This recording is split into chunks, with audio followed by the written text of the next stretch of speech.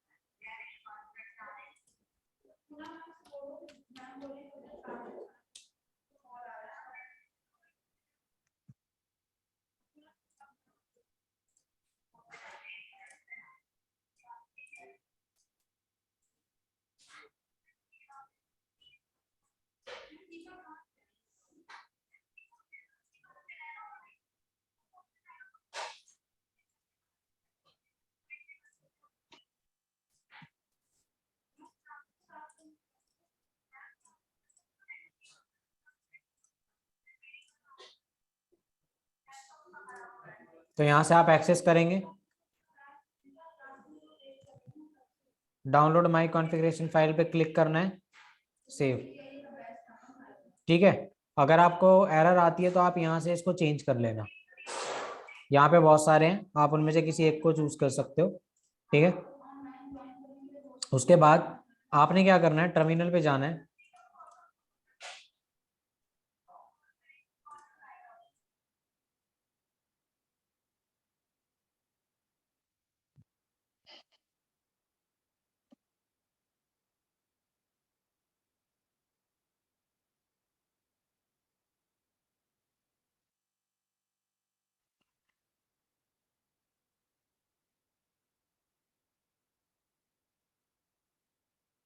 इसको कनेक्ट करने के लिए आपको क्या करना पड़ेगा, sudo ओपन वीपीएन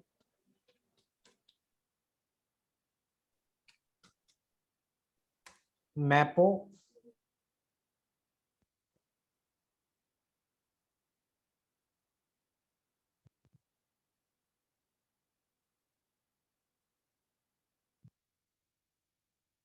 इसको मिनिमाइज करना है। और कनेक्ट हुआ है या नहीं कैसे पता चलेगा, आप पेज को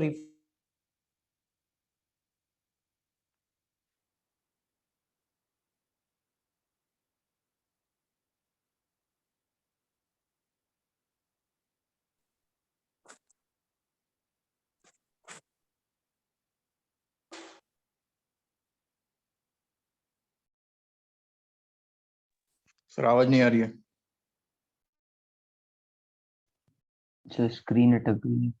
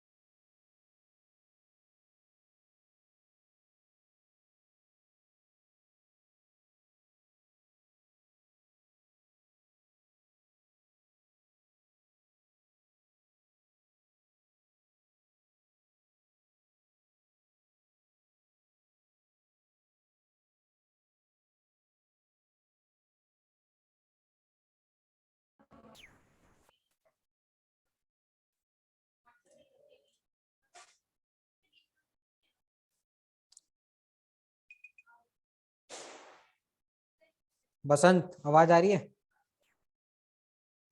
अब आ रही है। आ रही है सर। ठीक है, उसके बाद क्या करना है, आपने लर्न पे जाना है। सर लर्न पे जाने के बाद एक यहाँ बार पे थोड़ा, एक बार आप वो मतलब टर्मिनल पे जाके आपने क्या क्या था वहां से बताओ ना, वहां से अटक गई थी स्क्रीन। भव्य टर्मिनल पे जाके स्क्रीन हमने पे। क्या करना है, ओपन वीपीएन की जो फाइल हमने डाउनलोड की है ना, हम्म। उसको बस टर्मिनल पे जाके ऑन करना है। तो टर्मिनल पे ऑन करने के लिए जो हमें कमांड देनी है वो कौन सी कमांड है, sudo sudo ओपन वीपीएन, और वो फाइल का नेम, जो भी फाइल हमने डाउनलोड की है वो फाइल आपकी कहाँ मिलेगी, डाउनलोड्स में। Okay sir. ठीक है।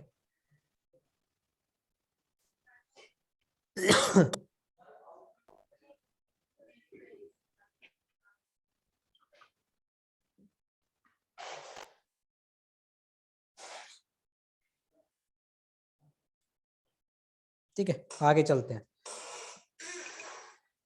उसके बाद इसको हम करते हैं मिनिमाइज। अब हमारा जो काम है वो यही है कि हमने सर्च पे जाना है और यहाँ पे ओ वेस्प का ओ वेस्प टॉप 10 ये सर्च करना है और इसको ज्वाइन कर लेना है।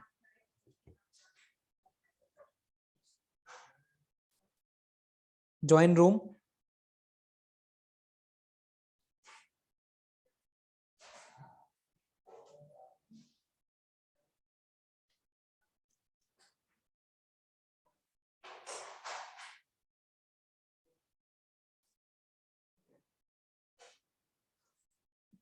तो उससे पहले ना मैं आपको क्लियर कर देता हूँ कि ओएस टॉप 10 होता क्या है।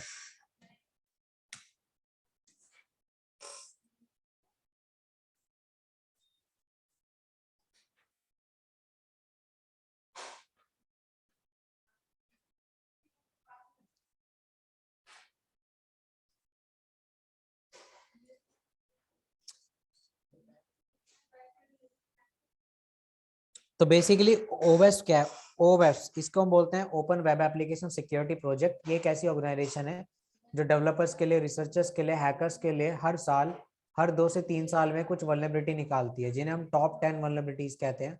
और ये वल्नरेबिलिटीज हर एक वेबसाइट में पाई जाने वाली वल्नरेबिलिटीज में से होती है। इन्हीं वल्नरेबिलिटीज के बेस पे इनको इनका लेवल दिया गया है, A1 से लेके A10 तक ये वल्नरेबिलिटीज डिजाइन की गई हैं। और इसमें जो जो वल्नरेबिलिटीज आती है उनके अंदर क्या क्या चीजें आती हैं वो सब हम चीजें आज जानेंगे इस थ्योरी चैप्टर में।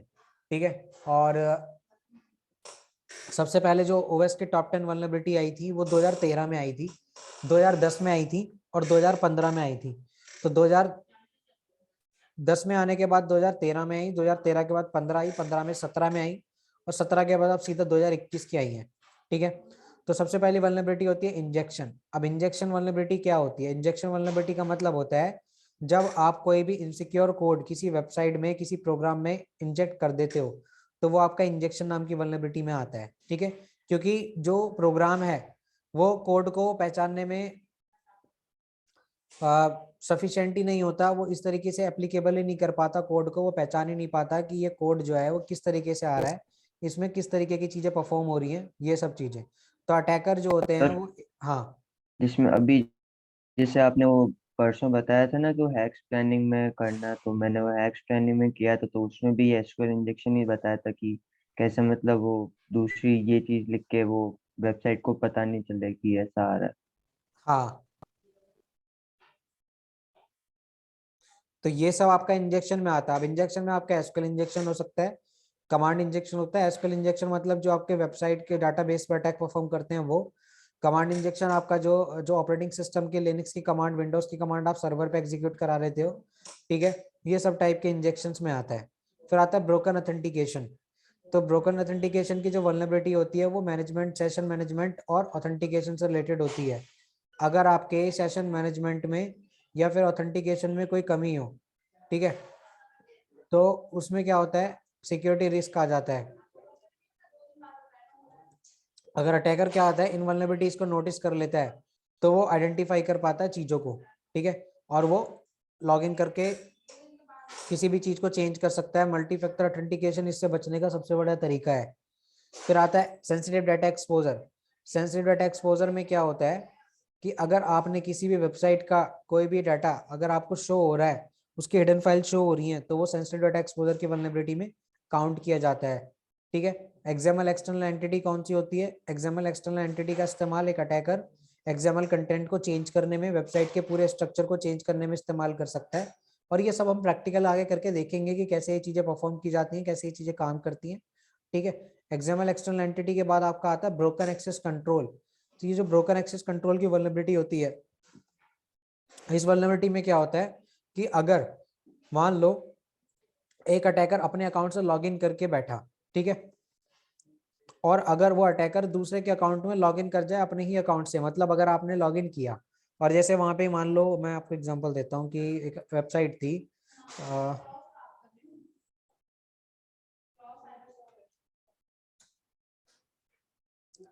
मान लो ये वेबसाइट है, इस वेबसाइट के एंड में यहाँ पे आपको देख रहे हो कि आर्टिस्ट की वैल्यू 2 है, यानी कि यहाँ पे जितने भी आर्टिस्ट है, मैं साइन अप में आपको आर्टिस्ट दिखाता हूँ, आर्टिस्ट 1 2 3 है। अगर मैंने आर्टिस्ट 2 की वैल्यू है तो 2 पे आर्टिस्ट आ रहा है ब्लेड, और आर्टिस्ट अगर मैं 2 चेंज करके 1 कर दूं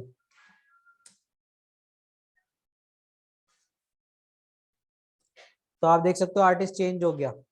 और यहीं पे अगर मैं 3 कर दूं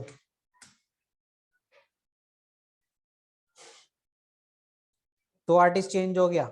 इसका मतलब आप समझ रहे हो कि आप एक ही अकाउंट से लॉगिन होके बाकी 2 अकाउंटों में भी लॉगिन हो गए, तो ये ब्रोकन एक्सेस कंट्रोल की वल्नरेबिलिटी में आ जाता है।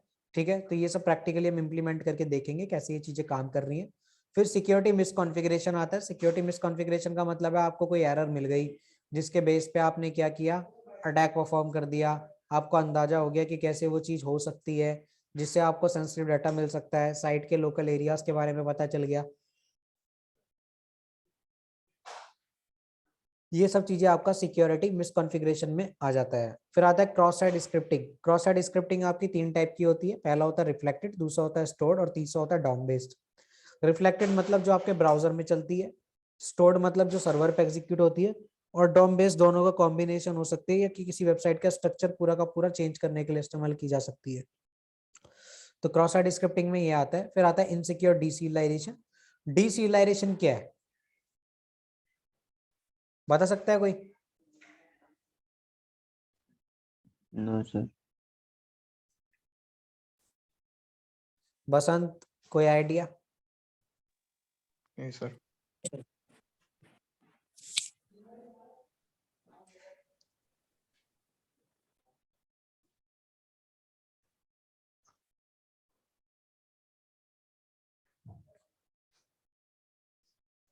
चलो मान लो एक वेबसाइट है, अगर उस पर आप कोई भी डाटा फॉरवर्ड करते हो तो वो जो डाटा है वो एक सीरियल में जाएगा। जैसे कि मैं एग्जांपल देता हूँ, मान लो अगर मैं अपना फर्स्ट नेम और लास्ट नेम भेजता हूँ, तो फर्स्ट नेम से पहले क्या होगा, पहले मेरा जाएगा tag first name tag close, first name में मेरा नेम जाएगा, फिर फर्स्ट नेम क्लोज हो जाएगा, जैसे HTML में करते हैं। फर्स्ट नेम के बाद मेरा जाएगा लास्ट नेम,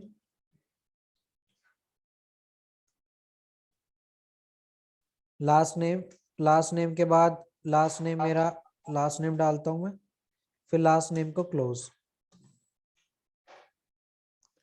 फिर आ जाएगी एज, ठीक है, एज क्लोज, फिर जेंडर मान लो,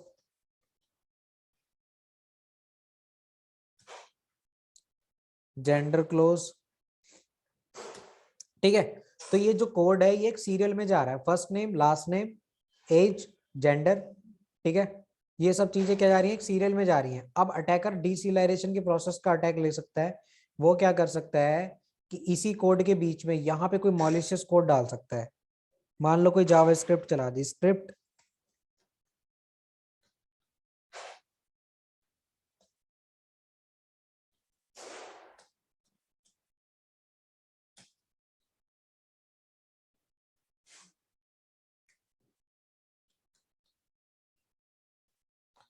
ठीक है। तो यहाँ पे आप देख सकते हो कि हैक्ड पॉपअप होगा, जैसे ये प्रोग्राम जाएगा एग्जीक्यूट होगा सर्वर पे, तो हैक्ड नाम का जो पॉपअप है वो भी हो जाएगा। अब उससे प्रॉब्लम क्या आ रही है यहाँ पे कि ये वल्नरेबिलिटी हो गई क्योंकि जब अटैकर ये कोड बाईपास करेगा तो ये हैक्ड वाला जो कोड है वो भी पास हो जाएगा। अब ये पास हो गया तो ये इनसिक्योर डीसीलाइजेशन की वल्नरेबिलिटी है। हालांकि ये हम प्रैक्टिकली करके चेक करेंगे कि एक्चुअल में ये चीज काम कैसे कर रही है, बट अभी के लिए सिर्फ इतना समझ लो कि ये होता क्या है, ठीक है, इस तरीके से।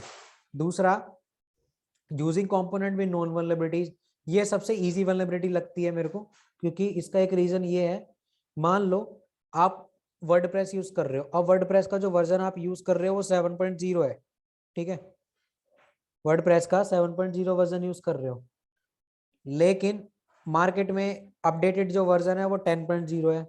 तो आप 7.0 यूज कर रहे हो तो वो आउटडेटेड है, पुराना है, ठीक है, और जो आप 10.0 यूज कर रहे हो वो लेटेस्ट है। तो 7.0 तो सबको पता है कि ये आउटडेटेड है, तो उसकी वल्नरेबिलिटी भी कहीं ना कहीं अवेलेबल होंगी, ठीक है। अब वो वल्नरेबिलिटीज कहाँ मिलती है हमें? एक्सप्लॉइट डीबी पे।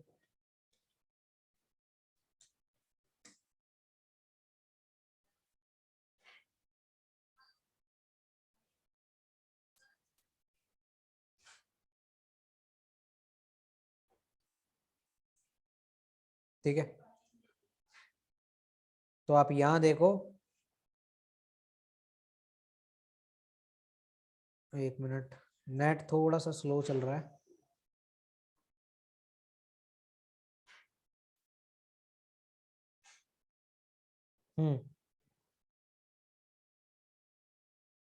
तो ये गूगल हैकिंग डेटाबेस में तो आपको डॉक्स मिलती हैं, ठीक है, और यहाँ पे एक्सप्लॉइट मिलती हैं। तो अगर आपको वर्डप्रेस की एक्सप्लॉइट चाहिए,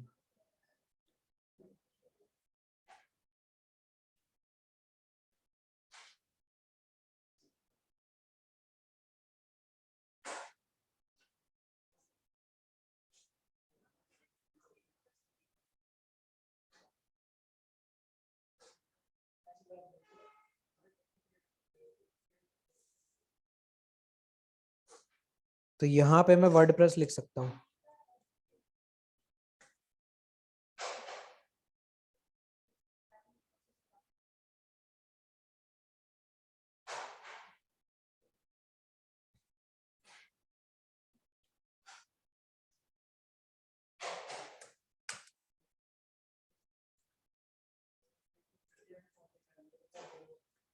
पेज रीलोड करते हैं।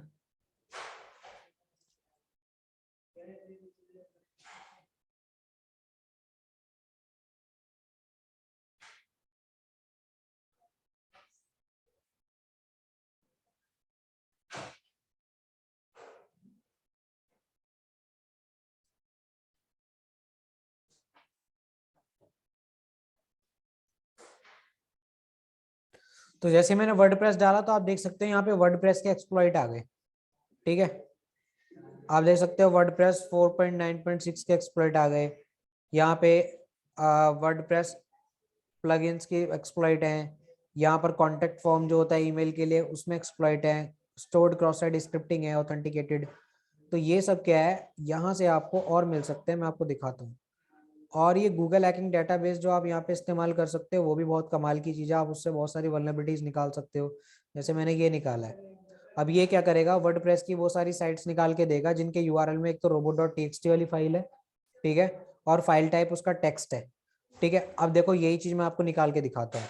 मैंने इसको किया गूगल डॉक, और गूगल पे वो सारी साइट्स आ जाएंगी जिनके डाटा robot.txt वाली फाइल का आ रहा है। तो आप देख सकते हैं यहाँ पे डिसअलाउ में क्या क्या चीजें उन्होंने डाल रखी है। robot.txt एक ऐसी फाइल होती है जिसके अंदर क्रॉलर्स को ये बताया जाता है कि कौन सी फाइल को गूगल पे दिखाना है, किसको नहीं दिखाना। तो यहाँ पे सबकी robot.txt फाइल खुल के आ रही है। सर एक मिनट। सर अभी अभी आपने आपने सर ये जो फाइल बताया robot.txt, सर ये वर्डप्रेस में अवेलेबल रहती है क्या? यानी हर एक वर्डप्रेस की वेबसाइट में अवेलेबल रहती है? हाँ, इवन वर्डप्रेस की नहीं, नॉर्मल साइट्स होती है ना जो वर्डप्रेस पे नहीं भी बनी होती, उनमें भी होती है। बट सर ये फाइल का यूज क्या रहता है उसमें? इस फाइल का यूज ये है, जैसे अभी उसने मना कर रखा है कि ये चीज डिसअलाउ है, तो अगर यूजर draxcode.com लिख के /ऐप लिखता है तो वो पेज नहीं खुलेगा, मतलब खुलेगा, डायरेक्ट खुलेगा, लेकिन गूगल में नहीं आएगा, गूगल के सर्च रिजल्ट में नहीं आएगा। ठीक है, जैसे अगर मेरी कोई वेबसाइट है, मान लो craw.in है, तो अगर आप गूगल पे क्रॉ लिखोगे तो क्रॉ का एडमिन पेज कहीं भी नहीं खुल के आएगा, क्योंकि हम नहीं चाहते कि वो आपको दिखे, तो आपका एडमिन पेज कहीं भी खुल के नहीं आएगा। लेकिन वही चीज अगर आप यहाँ पे सीधा craw.in/wp एडमिन लिखोगे तो चांस है कि मिल जाए एडमिन पेज। ठीक है, तो आप देख सकते हो यहाँ पे एडमिन पेज मिल गया, लेकिन ये गूगल में नहीं आएगा क्योंकि ये डिसअलाउ कर रखा है। ओके। ये आप डायरेक्ट खोल सकते हो ब्राउजर में, लेकिन गूगल कभी आपको शो नहीं करेगा अपने रिजल्ट्स में। क्लियर? ठीक है, तो और चीजें मैं दिखाता हूँ आपको। यहाँ पे और साइट्स मिली थी हमें, ये यहाँ पे डिसअलाउ कर रखी है बहुत सारी चीजें, और देखते हैं क्या क्या है। यहाँ पे ये डिसअलाउ हैं, और चलो और डॉक्स देखते हैं और कौन कौन से अच्छे डॉक्स हैं। तो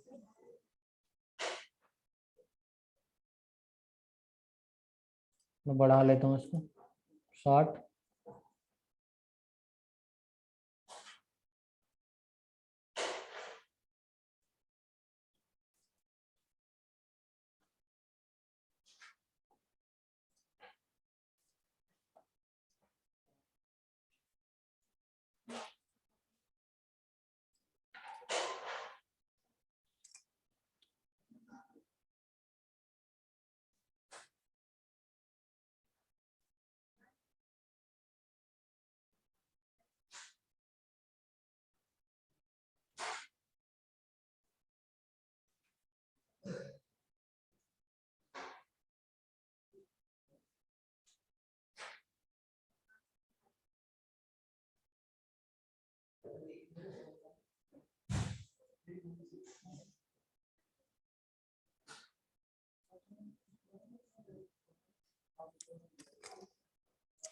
तो यहाँ पे कुछ साइट आ रही हैं जिनके अंदर जूसी इन्फो हो सकती है। pastebin.com पे इन टाइटल सी पैनल, इसको गूगल करता हूं मैं, तो यहाँ पे वो साइट आ जाएगी जिनके सी पैनल की इंफॉर्मेशन है। ओके, तो आप देख सकते हो कमाल की चीज मिली है हमें यहाँ पे।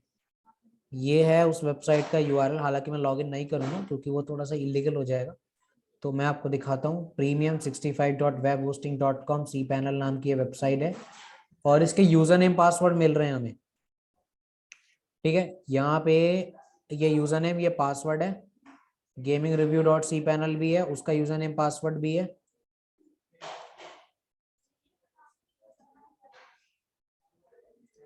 ठीक है, तो ये लॉक हो गई है, मे बी हमारे वाईफाई पे कुछ रिस्ट्रिक्शंस भी हैं, तो इसलिए शायद नहीं ओपन हो रही है ये। बट आप देख सकते हो कि एक छोटी सी डॉक का इस्तेमाल करके मैंने गूगल से वो साइट निकाल ली जिसके सी पैनल के यूजर नेम पासवर्ड मुझे मिल रहे हैं।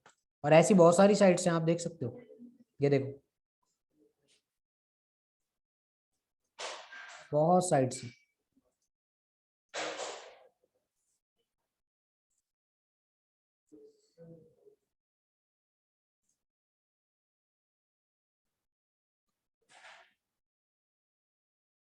तो सर अगर जैसे अभी जैसे ना आपके वाईफाई पे जैसे रिस्ट्रिक्शन लगा हुआ है, ठीक हाँ, है, तो वो ओपन हो नहीं रहा था, अगर वही चीज अपन वीपीएन कनेक्ट करके तो अगर पास ओपन हो जाएगी, करेंगे। पास हो जाएगी, हाँ, ओके। वीपीएन से हो जाएगी। देखो यहाँ पे वो कह रहा है कि इन यूआरएल में गवर्नमेंट होना चाहिए और इन टाइटल में इंडेक्स ऑफ डॉक्यूमेंट्स। तो जितनी भी गवर्नमेंट साइट्स में वल्नरेबिलिटी है उनमें जो डॉक्यूमेंट्स रखे होते हैं उसका बेनिफिट लेगी ये डॉक। एक मिनट रुकना जरा, मैं चेंज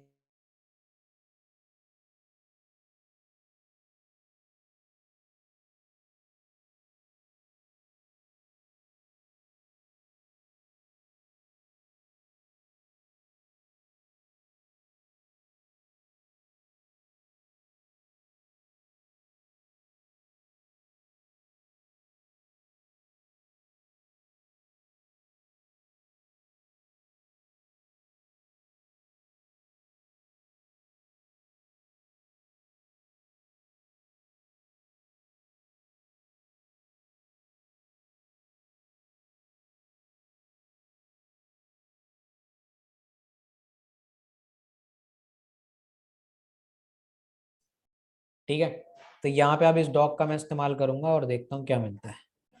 तो आप देख सकते हो यहाँ पे एक गवर्नमेंट की वेबसाइट है gcnova.gov। यहाँ पे मुझे डॉक्यूमेंट्स मिल रहे हैं, ठीक है, सारी पीडीएफ मिल गई हैं। मैं ओपन करके नहीं दिखाऊंगा आपको, बट आप देख सकते हो यह इजी है। और कौन सी है, यहाँ पे ये भी एक गवर्नमेंट साइट है। इंडेक्स ऑफ, यहाँ भी एक गवर्नमेंट साइट है जिसमें वल्नरेबिलिटी इंग्लिश में सारे डॉक्यूमेंट्स पड़े हुए हैं, इंग्लिश। और यहाँ पे आप देख सकते हो इनका ये चीजें आ गई। उसके अलावा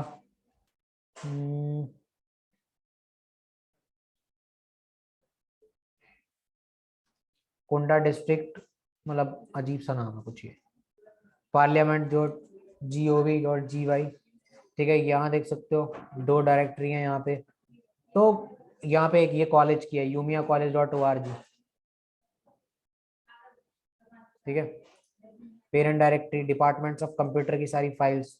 इवन आप देख सकते हैं यहाँ पे पीपीटी भी है, ऑडियो वीडियो पीपीटी हर एक प्रोफेसर की। ठीक है, पूनम मैम की देखते हैं। ये देखो रोबोटिक्स की पीपीटी है, ऑपरेटिंग सिस्टम की पीपीटी है। डाउनलोड करके देखें क्या? देखते हैं।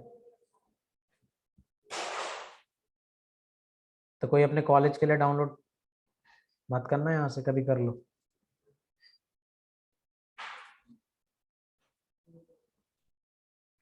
ठीक है, तो असिस्टेंट प्रोफेसर है computer department Umiya arts and commerce college में, और इनकी पीपीटी हमें यहाँ पे मिल चुकी है, आप देख सकते हो। ओके, ठीक है, की है मैंने। देख लेना अपने हिसाब से, लेक्चर देख लेना किसी के अच्छे हो, सारे अच्छा, प्रोफेसर एक बात और। हाँ सर अभी आपने ये सर जो फाइल डाउनलोड किया है, इस फाइल को अगर सर मॉडिफाई करके आप वही पर डालना है तो हाँ कर सकते हो, लेकिन उसके लिए फिर आपको देखना पड़ेगा इसमें एफटीपी इनेबल है नहीं है। क्योंकि फाइल आप साइट पे तभी अपलोड कर सकते हो, या तो आप एफटीपी से कर पाओ या फिर आपने साइट पे शेल अपलोड कर रखा हो। ऑब्वियसली एनमैप वगैरह देखना पड़ेगा फिर। हाँ फिर मेहनत ज्यादा है।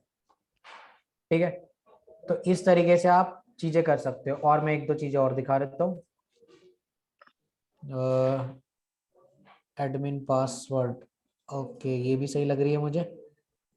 और ये मस्त चीज है विंडोज 10 प्रोडक्ट की। ठीक है, ये निकालते हैं पहले। तो ये वो साइट्स आ जाएंगी जिन पे विंडोज 10 के प्रोडक्ट की मिल जाएंगे हमें।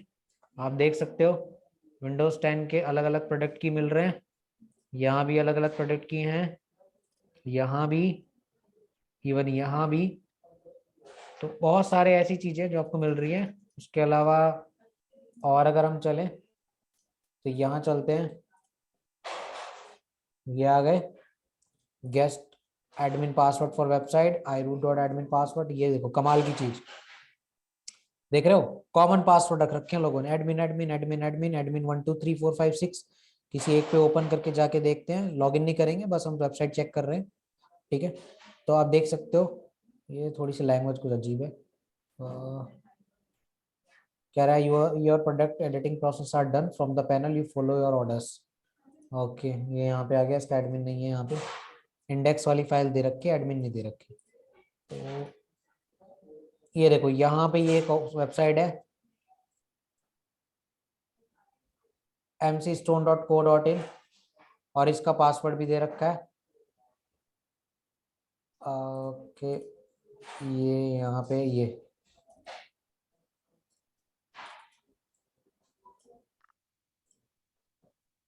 Not found. ठीक है, इन्होंने हटा दिया इसको, शायद इनको पता चल गया होगा कि ये लीक हो गया। और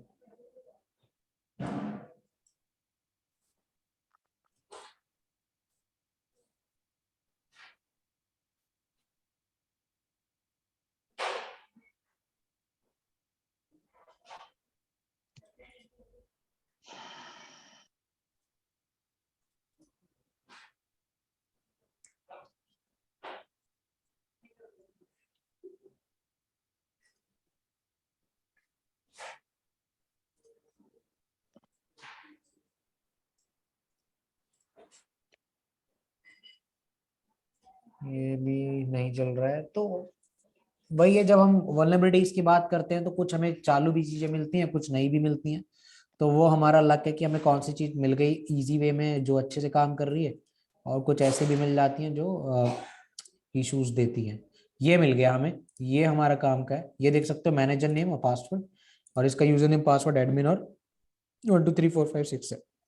मैं लॉगिन नहीं कर रहा हूँ, बस हम जस्ट चेक कर रहे थे, क्योंकि लॉगिन नहीं करा सकता मैं आपको लाइव क्लास में ऐसे। ठीक है, बाकी हमें ये समझ में आ गया कि किस तरीके से हम ऐसे एक्सप्लॉइट कर सकते हैं चीज़ों को, कैसे वनरेबल है गूगल पे बहुत सारी चीज़ें, प्रॉब्लम्स हैं उनके अंदर, तो वो सब चीज़ें आप देख सकते हो। तो गूगल को पता चल गया बहुत सारे डॉक्स यूज़ कर रहा है, इसको ब्लॉक करो। और यहाँ पे तो कमाल की चीज़ मिल गई हमें, आप देख सकते हो। Platform generic VTO configuration file मिली है, यहाँ पे कोई एड्रेस है यहाँ पे, इसको ओपन करते हैं चैनल 1 पे, और मे बी ना ओपन हो। ओके ठीक है, तो ऐसी बहुत सारी चीज़ें हैं जो हम अपने इस कोर्स में करने वाले हैं। बाकी और देख लेते हैं, कुछ इंटरेस्टिंग सा हमें मिल जाता है, जैसे कि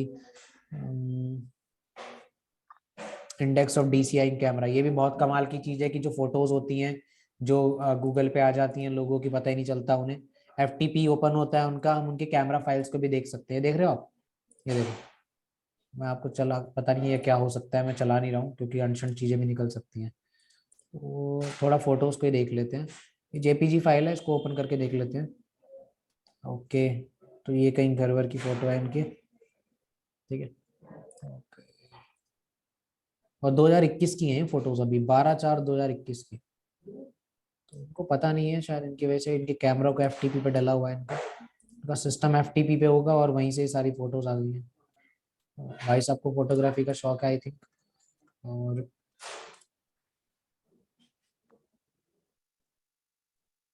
जंगलों की रख रखी है यार, अपनी कहाँ है इनकी। चलो कोई नहीं, और किसी का देखते हैं।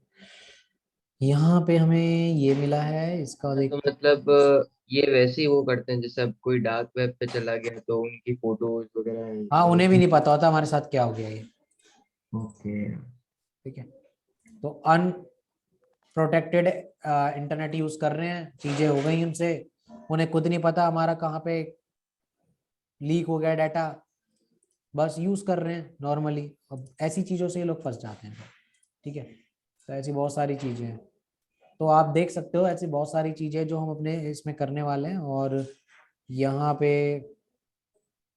बहुत सारी चीजें करेंगे। ये तो छोटी मोटी चीजें मैंने आपको बताई है बच्चों वाली। तो ये ऐसा सर हमारे साथ भी हो सकता है? हो सकता है भाई, बिल्कुल हो सकता है। इसीलिए मैं एक टूल बता रहा हूँ आपको, प्रोसेस हैकर। ये टूल अपने सिस्टम में डाल के रखें एंटीवायरस के अलावा भी, और यहाँ पे मॉनिटर करें किसी भी चीज को जो आपको लग रही है गड़बड़ है, सीधा लग रही है गड़बड़ है। अब मान लो यहाँ पे वैसे तो सारी चीजें ठीक है, लेकिन मुझे लगा कि कुछ गड़बड़ है। अब वो गड़बड़ देखते हैं क्या लग रहा है मुझे। मान लो ये वाली फाइल है, मुझे नहीं पता ये क्या है, मुझे लग रहा है गड़बड़ है। हालांकि हर फाइल का एक डिस्क्रिप्शन मिलेगा आपको, उससे आपको आइडिया हो जाएगा और उसे ही पता चल जाएगा कितना प्रोसेस खा रही है। लेकिन अगर फिर भी आपको डाउट है, सीधा राइट क्लिक करो, सेंड टू virustotal.com, क्योंकि एक एंटीवायरस से बच सकती है, 2 से बच सकती है, 3 से बच सकती है, 72 एंटीवायरस से बचना मुश्किल हो जाता है। ठीक है, तो मैं अपलोड कर देता हूँ उसको, और ये वायरस टोटल पे आएगी और मुझे बता देगी कि इसमें वायरस है या नहीं।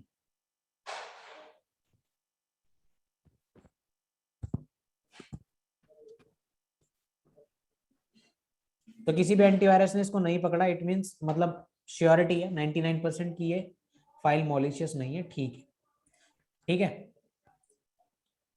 तो कंपोनेंट में वही आता है। फिर इनसफिशिएंट लॉगिंग एंड मॉनिटरिंग का मतलब होता है जहाँ पे आप जब लॉगिन करते हो तो लॉग्स जनरेट होती हैं, लॉग्स बनती हैं। अगर एक अटैकर उन लॉग्स को बाईपास कर जाए, या वो लॉग सिस्टम जो है वो ठीक से काम ही ना कर रहा हो, तो अटैकर बच जाता है। ठीक है, तो ये सारी चीजें जो होती हैं अपने इस, जब आप इन चीजों को परफॉर्म करते हो। क्लियर है, कोई डाउट? No sir. ठीक है, तो अभी तो बहुत सारी चीज़ें जो हमें करनी है, तो ये मैंने ओवर्स टॉप 10 आप लोगों को आज क्लियर कर दिया कि बेसिकली ओवर्स टॉप 10 होता क्या है, कैसे काम करनी है इसमें चीज़ें। तो ऐसे बहुत सारे प्रैक्टिकल्स को हम लेके चलेंगे, 1-2 एक्स्ट्रा कोर्स मैं अपनी साइड से भी आप लोगों को दे दूंगा। और अभी मैं वेब एप्लीकेशन पेन टेस्टिंग का एक कोर्स भी बना रहा हूँ, तो कुछ टाइम में वो आप लोगों को मिल जाएगा फ्री में। ठीक है, ओके सर। ठीक है। बाकी अभी प्रैक्टिस यही करना, अपना ट्राई हैक में बना लेना, अकाउंट बना लेना उस पर, और अपना क्रिएट कर लेना उसको, कन्वर्ट क्या सर बोलते तो हैं हमको भी मतलब वो मतलब क्या बोलते हैं, टेम्पररी वाला यूज करना है, खुद का भी यूज कर सकते हैं?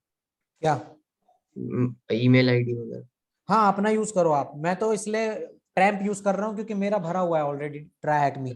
मैं हर क्लास में बच्चों को ट्राई हैकमी कराता हूँ तो मुझे हर बार नया बनाना पड़ता है क्योंकि मेरा वाला तो कभी का कंप्लीट हो चुका है। Okay sir, okay. ठीक है, बाकी कोई डाउट है, कुछ भी क्वेश्चन है तो पूछ लो। सर ये टूल कौन सा था जो अभी आपने बताया था? किस चीज के लिए? ये जो मैं करके दिखा रहा था सर नहीं नहीं सर, वो वायरस का जो अभी बताया था सर आपने। वो virustotal.com। अच्छा ये प्रोसेस हैकर नाम का टूल है। ये मैं दिखा देता हूँ आपको कि कहाँ से मिलेगा। ठीक है, ये आप गूगल पे हाँ जब सर। जाओगे तो इस वेबसाइट पे जाना, प्रोसेस हैकर, इसको लिखना, एंटर करना, यहाँ पे पहली साइट आएगी processhacker.sourceforge.com और यहाँ से इसको डाउनलोड कर लेना।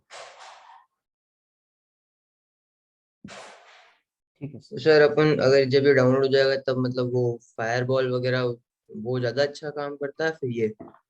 देखो वो अपनी जगह काम कर रही है, लेकिन कई वायरस ऐसे होते हैं कि फायरवॉल्स वगैरह को भी बाईपास कर जाते हैं। लेकिन ये टूल ना आपके सिस्टम की प्रोसेस के लिए होता है, जैसे हमारा टास्क मैनेजर होता है ना, वैसे ही होता है ये भी, लेकिन ये थोड़ा सा एडवांस है। Okay sir. क्लियर? हाँ सर।